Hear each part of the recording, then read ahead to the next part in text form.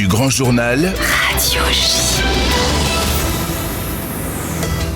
Nicolas Tenzer, bonjour. Bonjour Eva Soto. Vous êtes géopolitologue spécialiste de la Russie et vous avez aussi étudié de très près les opérations militaires russes en Syrie. C'est aussi pour ça que vous êtes avec nous aujourd'hui.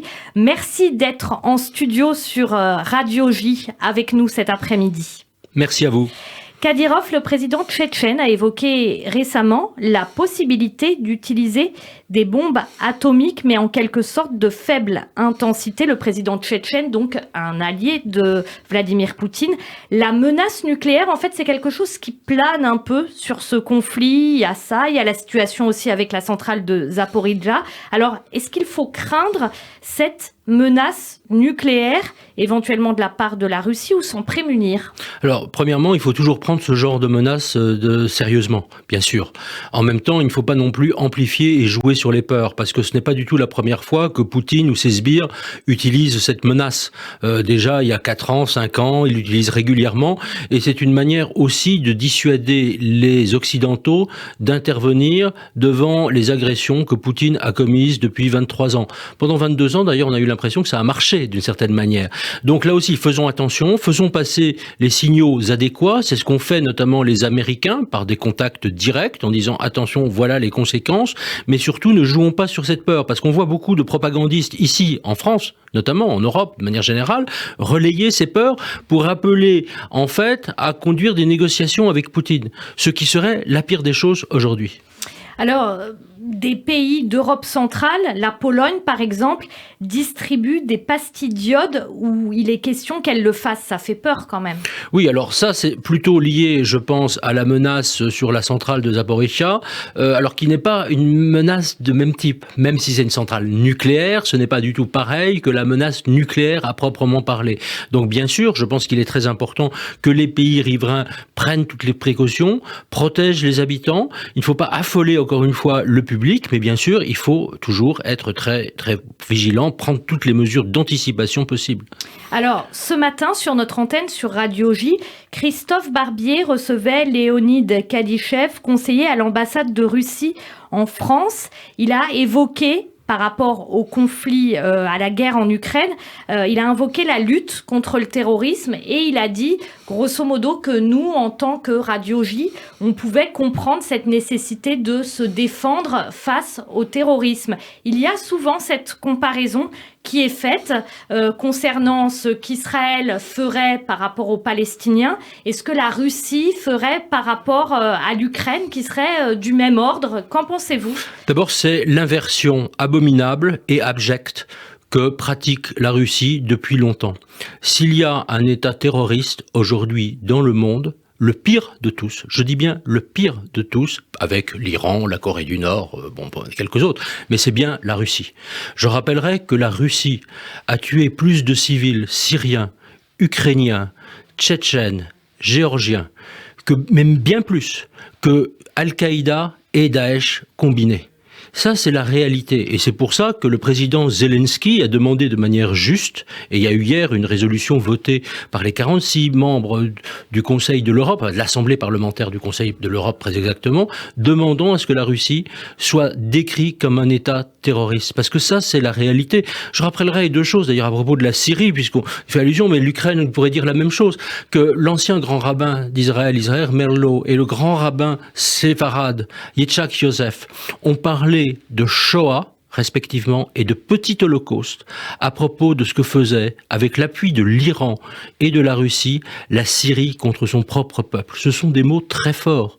Et aujourd'hui, quand on voit les massacres délibérés de civils dans cet État qu'est l'Ukraine, on se dit que vraiment, c'est un acte terroriste. Donc voilà, pour dire l'ignominie des propos de ce monsieur. Alors Nicolas Tenzer, vous êtes un fin connaisseur également de la situation au Proche-Orient. Vous avez notamment été invité en tant qu'expert au forum d'Herzliya, où il est question de terrorisme, Herzliya en Israël. Alors pour en revenir à Israël, Israël a fourni, d'après le New York Times, des informations sur les drones iraniens que possède la Russie, également des images satellites. L'Ukraine reproche malgré tout parfois à Israël de ne pas en faire assez. Ne dit pas qu'Israël ne soutient pas, mais dit qu'Israël n'en fait pas assez. Israël, justement, avec la situation en Syrie, a peut-être des impératifs aussi. Alors, je pense qu'il y a plusieurs choses. Premièrement, effectivement, qu'Israël fournisse des informations sur les drones iraniens qui menacent aussi bien la sécurité d'Israël que celle du peuple syrien. Ils ont été utilisés en Syrie, que du peuple ukrainien. Je pense que c'est une très bonne chose. Bien sûr, aujourd'hui, il faut quand même rappeler que l'Ukraine est présidée par un président juif qui a perdu dans la Shoah une partie de sa famille. Je rappelle aujourd'hui que les massacres auxquels on assiste, commis par l'armée russe en Ukraine, sont du même type que les massacres de juifs. Je dis bien du même type, c'est pas la même chose, rien n'est comparable, mais c'est du même type que les massacres de juifs, dont ma famille aussi d'ailleurs a été victime, et dont une partie, je dirais, quasiment, enfin la majorité des juifs d'Europe ont été victimes. Mais c'est exactement la même chose. Donc je pense qu'il y a, de mon point de vue, une forme de devoir d'Israël sur le plan moral, d'être totalement aux côtés de l'Ukraine, parce que les menaces, et là c'est l'aspect sécuritaire, les menaces que l'Ukraine rencontre aujourd'hui, c'est la menace de l'Iran, qui est le principal allié du régime de Bachar el-Assad avec la Russie. Donc l'idée qu'on pourrait distinguer la Russie et l'Iran en termes de menaces est une idée qui me paraît totalement absurde. C'est la même menace sécuritaire. Sauf que effectivement, la Russie contrôle une partie de l'espace aérien en Syrie. Alors, c'est tout à fait exact, mais justement, je pense que c'est une très mauvaise chose, parce que tant que la Russie et l'Iran protègent le régime de Bachar el-Assad, l'idée même qu'il pourrait y avoir une forme de sécurité accrue pour Israël est une erreur. Au contraire, elle ne peut que s'empirer tant que vous avez le régime de Bachar el-Assad, parce que avec eux, vous avez nécessairement l'Iran et la Russie qui sont des menaces. Donc je pense qu'il faut être tout à fait clair. Si on veut regarder le long terme, l'idée d'un compromis quelconque avec la Russie de la part d'Israël me paraît, bien sûr je connais la situation intérieure, je connais les problèmes intérieurs, mais me paraît en termes stratégiques quelque chose de totalement absurde et qui nuit aussi à l'image d'Israël. Il y a aussi le problème sur place par rapport à l'agent juif, par rapport aux communautés juives qui sont sur place. Ça aussi, Israël y pense en prenant position ou pas position, en fournissant des informations. Israël est obligé d'en tenir compte aux juifs qui sont sur place en Russie. Oui, bien sûr, mais il faut quand même rappeler que le grand rabbin de Moscou a dénoncé les crimes de Poutine de manière virulente. Il vit maintenant en exil, comme vous le savez. Il a demandé aux Juifs de Russie, qui sont menacés, parce que vous avez un antisémitisme encouragé par le pouvoir aussi en Russie. C'est-à-dire encouragé. Quand je dis encouragé, c'est que vous avez un grand nombre de personnalités antisémites dans l'entourage de Poutine, y compris son ancien confesseur. Vous avez des réseaux sociaux qui diffusent des choses absolument abominables contre les Juifs. Et le grand rabbin, encore une fois, l'ancien, il est parti, oui, mais il est toujours de fait, oui, mais il a été contraint à l'exil, l'a dit de manière très claire. Et c'est quelque chose de persistante. Et c'est vrai que tout ceci est alimenté par les réseaux du régime de Poutine. Donc, là aussi, soyons conséquents, essayons de bien percevoir les menaces.